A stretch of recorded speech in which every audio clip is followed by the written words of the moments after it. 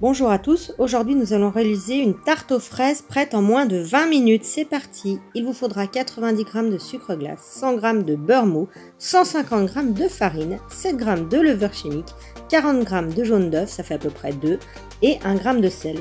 Pour la crème, il vous faudra 250 g de mascarpone, 250 g de crème 35% de matière grasse, 60 g de sucre et de la vanille. Il vous faudra également 500 g de fraises.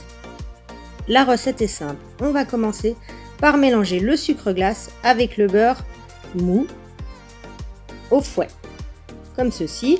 Lorsque c'est bien lisse, on va venir ajouter les jaunes d'œufs. On mélange bien pour obtenir quelque chose de bien lisse, bien homogène, comme ceci. Ensuite, on va enlever le fouet et on va passer à la spatule. Donc, on va venir mélanger la levure, le sel et la farine.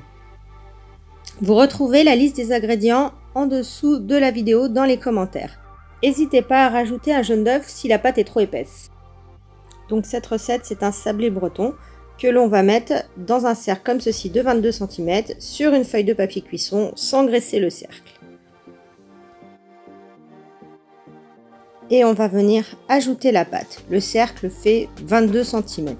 Ça vous donne une tarte pour 8 personnes. Et on étale à la main. C'est pas très grave si votre palais est pas bien lisse, puisque de toute façon, ça va s'étaler à la cuisson. On part sur 12 minutes à 180 degrés.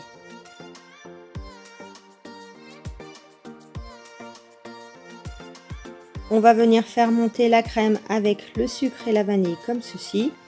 Dans cette crème, j'utilise du mascarpone afin d'avoir une crème qui se tient bien mieux, qui se garde mieux dans votre frigo et qui remouille moins votre palais breton. Si vous voulez une version plus light, vous pouvez utiliser un fromage blanc très épais à la place du mascarpone pour associer à la crème.